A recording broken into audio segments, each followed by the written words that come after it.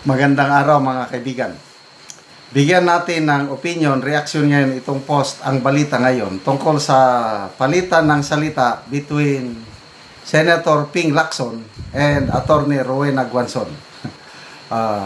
Klaro dito, grabing patutsada, grabing supalpal. Nasupalpal si Senator Lacson sa kanyang pahayag. Ang galing ng ating Attorney Rowena Guanzon. Okay. Ito ang pahayag ni Senator Lacson. Ang pinakamaingay sa loob ng silid, ang pinakamahina. Patama niya ito kay Senator Marcoleta dahil mula nung nagkapalitan ng liderato sa Kamara, lalo na sa chairmanship ng Blue Ribbon, talagang hindi nagpapatalo si Senator Marcoleta. Kinukontra niya palagi yung nakikita niyang hindi magandang ginagawa ng chairman. Kahapon ba yun? Yeah. Nagsalita, bakit kaya takot kayo kay Romualdez? Bakit may mga senador na takot? Hindi mapapangalanan ng pangalang Romualdez. Hindi ako takot kay Romualdez, sabi ni Marcoleta.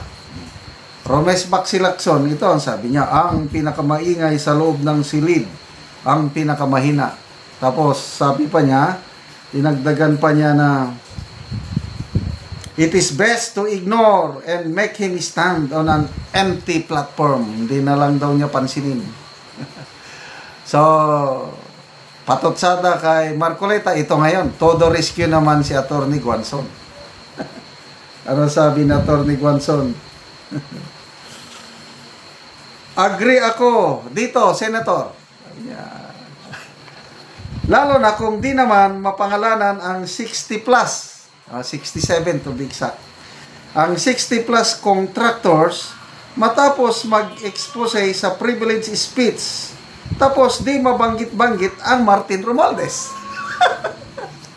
Di ba? Ito, the statement clearly refers to Lacson's earlier revelation in August 2025 in which he revealed that there were 67 congressmen in 2022 who serve as contractors in their own infrastructure projects, particularly in flood controls.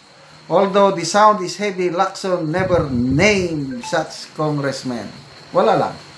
Kasi ang rason naman niya, ang nagsabi daw sa kanya, in fairness kay Lacson ay kongresista ang nagsabi na may 67 kongresista na contractor themselves. So, yun lang ang narinig ni Lacson, kaya hindi rin niya mapangalanan. Ako, beforehand, alam ko na. Meron akong isa, kilalang kilala. Bago siya naging kongresista, contractor na siya. Then ngayon, nanalong congressman, yun, contractor. Later on, naglabasan yung contractor party list. Nakalimutan ko na, bilyonaryo. Naglalabasan na rin ang mga kontraktor, but totoo talaga, Senator Lacson, wala siya talagang napangalanan na mga kontraktor. So, tapos hindi niya mabanggit-banggit noon ang pangalan ni Romualdez. Dalawa sila ng kanyang kabady. Ito, but in fairness kay Senator Lacson, natutuwa ako dahil may bago na siyang pronouncement na sa susunod na pagdinig ng Blue Ribbon, I don't know kung kailan, papatawag na ng Senado si Saldico at saka si Congressman Romualdez. Na bagay, ikinadismay ako 2 or 3 days ago, sabi niya na hindi natin pwedeng imbitahin si Saldico dahil interparliamentary courtesy. Nako, talagang dismayado ako. Why not? Sabi ko, bilyones ang nangawala, tapos tradisyon daw, interparliamentary courtesy. Kaya, nagduda na ako sa kanya. Na ano ba? Meron ba silang kinakatakutan? Bakit tayo imbitahin? O ngayon, bagong pamahayag niya, siguro napag-isip-isip din niya. Iimbita na, hindi lang Saldico, pati si Martin Romualdez. So si Saldico, dahil resigned naman, civilian na siya, wala nang kailangang extend na interparliamentary courtesy. Kung hindi daw mag-attend si Saldico, cited in contempt. Ang problema ngayon, kahit i-cite in contempt mo pa ng ilang beses, nasa ibang bansa. Ayaw niyang babalik. Maikukulong mo ba? Magkakaroon ba ng accountability?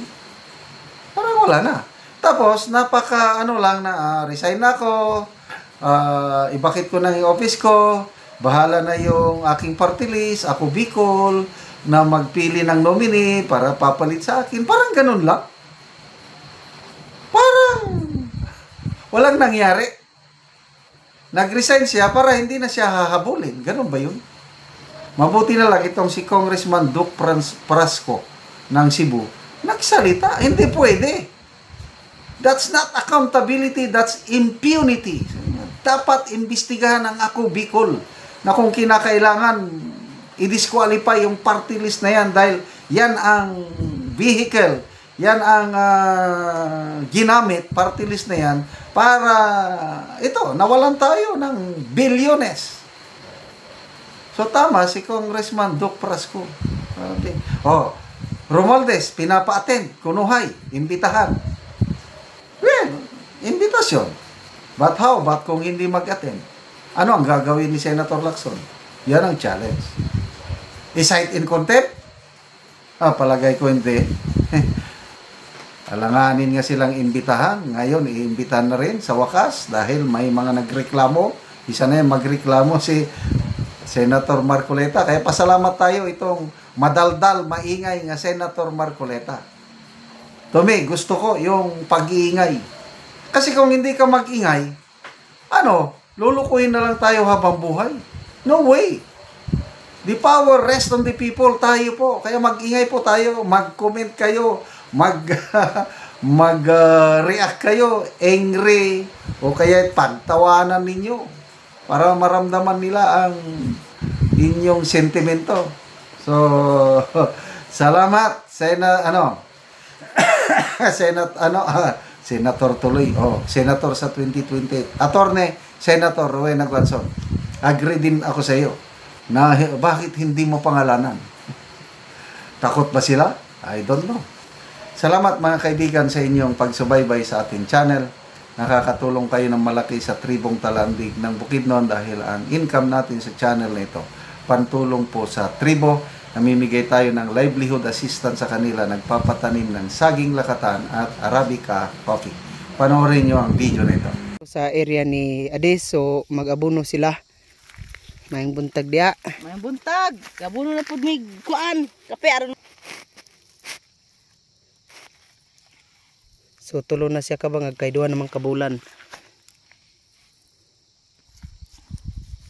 So muna ni ang itsura sa kape ni Ades nga duha na kabulan. Maayo gyud nga tan-awon. Ug naa nay mga sanga. Tambo ka sa kape ay.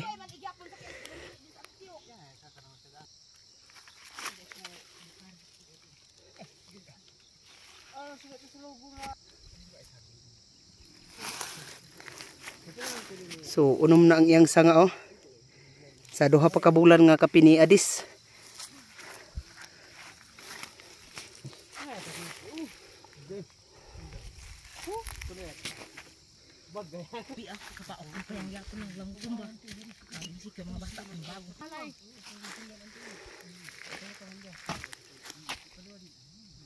Karon human sa pag-abono naga-spray na pod si Ades sa iyang kape.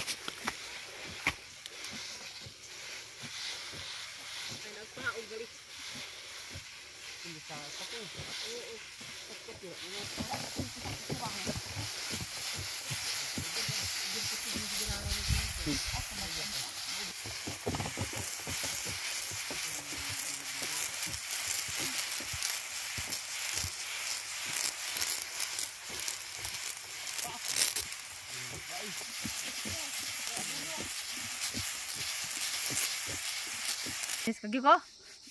Salamat sa Ginoo nga og sa nagsuporta aning kape og sa abono nga awas na gyud mi sa kalisod. Ingon man sa aning among saging nga lakatan. Padayon gyud ang among pagpa-eskwela sa among mga anak. Kaloy sa Ginoo gitabangan mi niya sa pagtanom og kape. Nga atagan pa mi niya og maayong panlawas sa pagtanom namo sa kape. Ang pagtubo sa among kape nga mawas na mi sa among kalisod. Salamat. Salamat sa Ginoo.